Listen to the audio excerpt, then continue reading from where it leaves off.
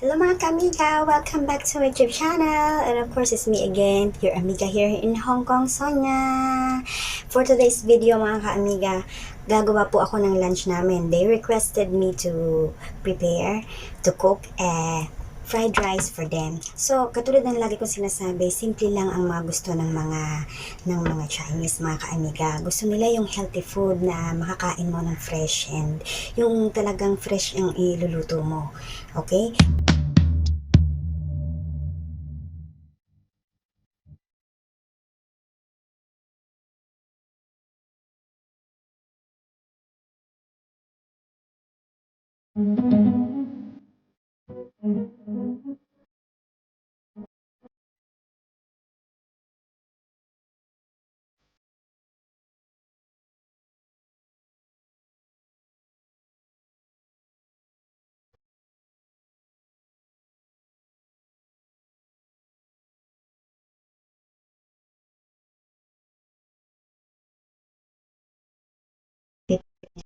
So, papakita ko sa inyo kung paano ko i-prepare. Simple-simple lang naman to. Alam niyo naman yan, di ba?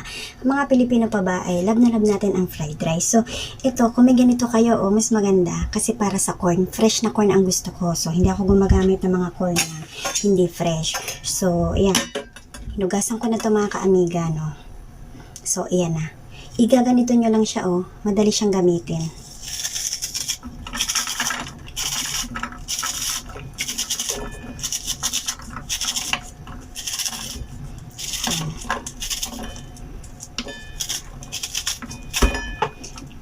Nakita nyo?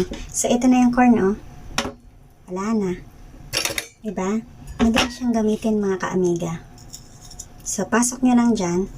Ikutin nyo.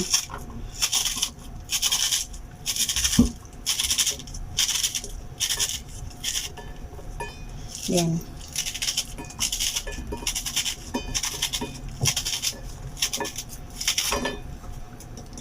so, ito na yung corn natin. Ang dali, diba? So, nakakatawa. So, yan na yung corn natin. So, set aside natin. I-prepare naman natin. Ito natutuwa din ako dito, mga ka-amiga. No? Ito sa, na to, equipment na to. Nakakatawa din, no? Tingnan nyo, Ito, para to sa garlic. So, ito, tingnan nyo. Gustong-gusto ko ito, mga ka-amiga. Ayan, So, kasi kung konti lang naman ang kailangan yung bawang, ba't kailangan pang, di ba, mag-machine pa ng ganun. Ito lang, mga ka-amiga. So, binalatan ko na yung garlic. Igaganon mo lang siya, pasok mo sa loob. Then, ito, igaganyan mo lang. And then, ipipress mo lang siya, mga ka-amiga. Ipipress. So, ayan na siya, Diba? Ayan na. Diba? Pagkahusay Pagkahusay. Ayan. So, yan na siya, mga ka-amiga. So, ilagay pa natin yung ibang garlic. So, pag nagmamadali ako, ganyan ang ginagawa ko. Pag marami akong gagamitan ng garlic, ayoko na ng mga machine-machine na mga ano-ano pa. Pwede rin naman kung marami, pero kung konti lang naman, ganyan na. Diba? Kasi ito, ayan, pinong-pino kaysa tatadtarin mo. So, ito naman ang iaano natin. So, ito malinis na to, mga ka-amiga. Hinugasan ko na, ha? Okay? So, kain lang natin yan. Kainin nila yan. So, yan. So, ayan yung mga kailangan natin. And then, kailangan din natin syempre, ng egg. Yan. So, yan,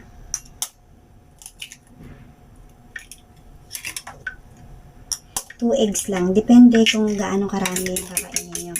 Itong eggs namin, medyo, ayan, from Japan. From Japan. So, product ng Japan. Kaya medyo parang orange yung color niya. Ang egg nito. So, ayan. So, meron na tayong egg, okay? So, ang kailangan natin, of course, rice, then corn, fresh corn, garlic, spring onions, eggs. It depends, kung gaano karami yung inyong lulutuin. Ako, 2 eggs lang. And then, this. pwede ring ham. Ito spam ang gagamitin ko, no? Parang luncheon meat siya, mga kaimiga. Luncheon meat ang gagamitin ko. Ito guys, masarap to, no? Nagpadala na ako nito sa Pilipinas, masarap, nagustuhan nila. So, masarap to mga kaimiga. Kung nasa Hong Kong kayo, this one, padala nyo sa pamilya nyo, masarap. So, yan na po mga kaimiga. So, mainit na. Pag mainit na, ilagay na natin.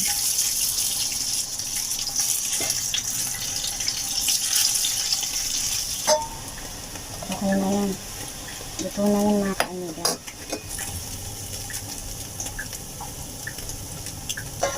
Tingnan natin yung garlic. Na. Huwag nyo masyadong sunugin yung bawang mga kaamiga, no?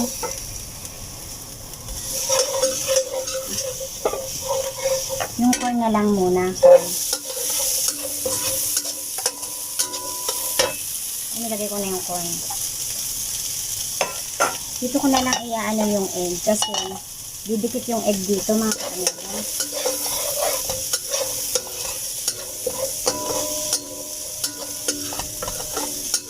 So yung corn kasi fresh mga kaamiga. So ang gagawin natin, maglalagay tayo ng konting water para mas maluto siya.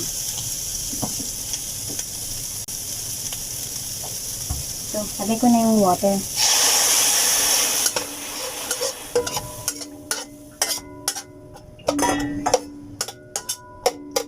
So, takpan natin yan. So, ito. Lagay na natin.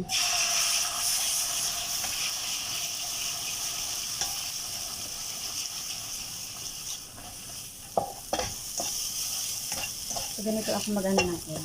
Okay? So, walang gaanong oil. Ayoko na maraming oil. Okay? So, tingnan natin.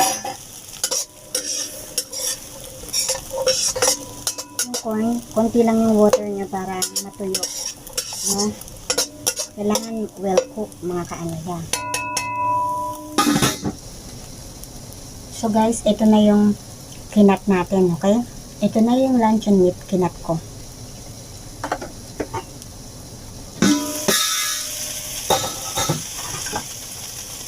So ayan no, well cook na siya. Ilagay na natin to. Luncheon meat. Okay. Ilagay na natin yung rice. Ito yung rice. Lagay na natin.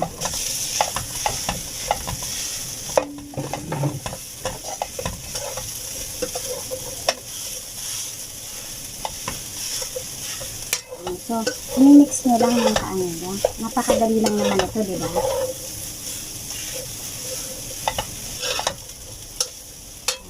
So, ilagay na natin itong egg.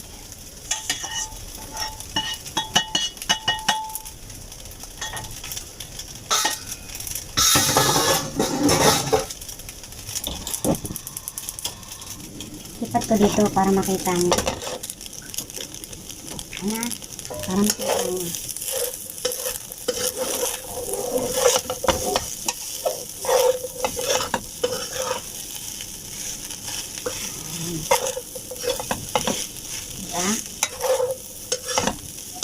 Halu-haluin nyo lang yung mga kaamiga, no? So, dahil yung luncheon meat, meron ng lasa, hindi ako masyadong naglalagay ng, no? Konti lang. Kasi mamaya may ilalagay sila dyan. Mahilig sila maglagay ng mga sauce, so hindi ko na masyadong nilalagyan yan. Lagyan ko na lang ng konting salt.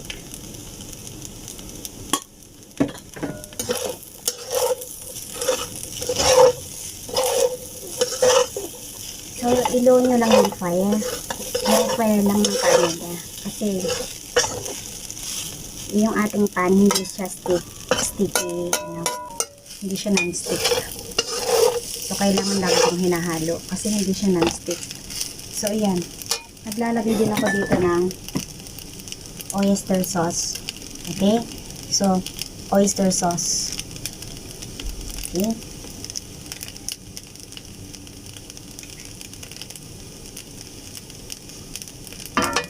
Konti lang. Ayan. So, ayan, pang taklihan ng kaaniba. So, ito na yun. Chow fan. Okay? So, meron kami chow fan fried rice. Diba? Ito, gustong-gusto din ng mga Pilipino. Ano? Gustong-gusto. So, yan. Kung meron kayong luncheon meat sa bahay, o kaya may ham kayo, no? Alam na ng Pilipino yan, no? So, sinishare ko lang sa inyo yung mga simpleng kinakain namin dito, no? Kahit na may mga pera yan, mga amo namin, hindi yan yung magarbo na ano, no? Ito mamaya to guys, ilalagay pagka well cooked na siya, mainit na ang rice, okay na lahat, no? Kasi ang rice na lang ang, syempre galing fridge yung rice, ano? Kaya medyo low fire lang ako para matagalan. Kasi the other ingredients is well cooked. Already well cooked. Kasi, di ba, inano na natin yung corn, di ba?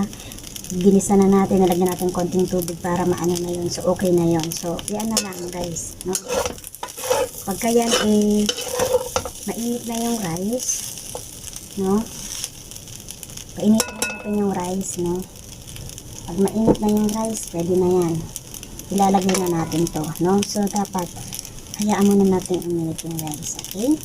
So, kasi itong spring onion, parang toppings na lang yan, no?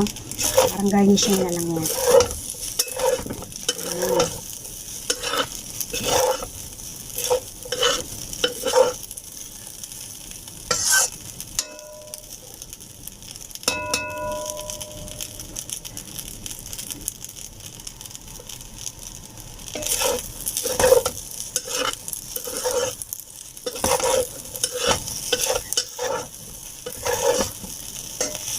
Ayan. So, nakita nyo guys. Ayan. Pag okay na guys, ilalagay na natin to. Ayan. That's the last thing na ilalagay nyo. Okay? So, haluin nyo. Pwede nyo nang patayin. Kasi maluluto na ng kusa yan mga kaamiga. No? So, ayan, papatayin ko na yung fire. Ayan. Ang bango. Bango mga kaamiga. Sana matikman nyo. Ang bango. Okay? Hindi uso dito yung mga betchin, mga kaaniga, no?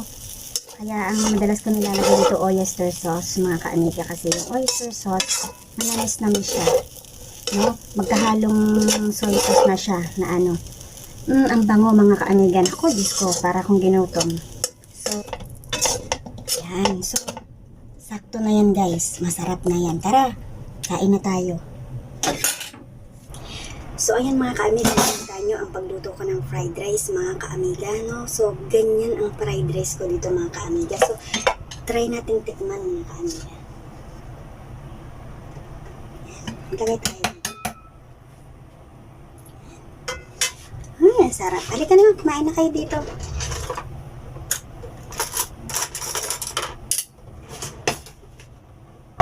Butakan Ranger. Sana matikman nyo, oh. Ayan. Nako. Ang sarap, no? Ang sarap. Butakal Ranger. Tara, kain tayo. Nakasarap. Hello mga kaamiga. So, that's all for the day, mga kaamiga. So, yan na po yung paggawa natin ng simpleng fried rice, mga kaamiga. Kaya sa mga hindi pa nakasubscribe sa aking YouTube channel, please do subscribe my YouTube channel, Sonia HK Amiga.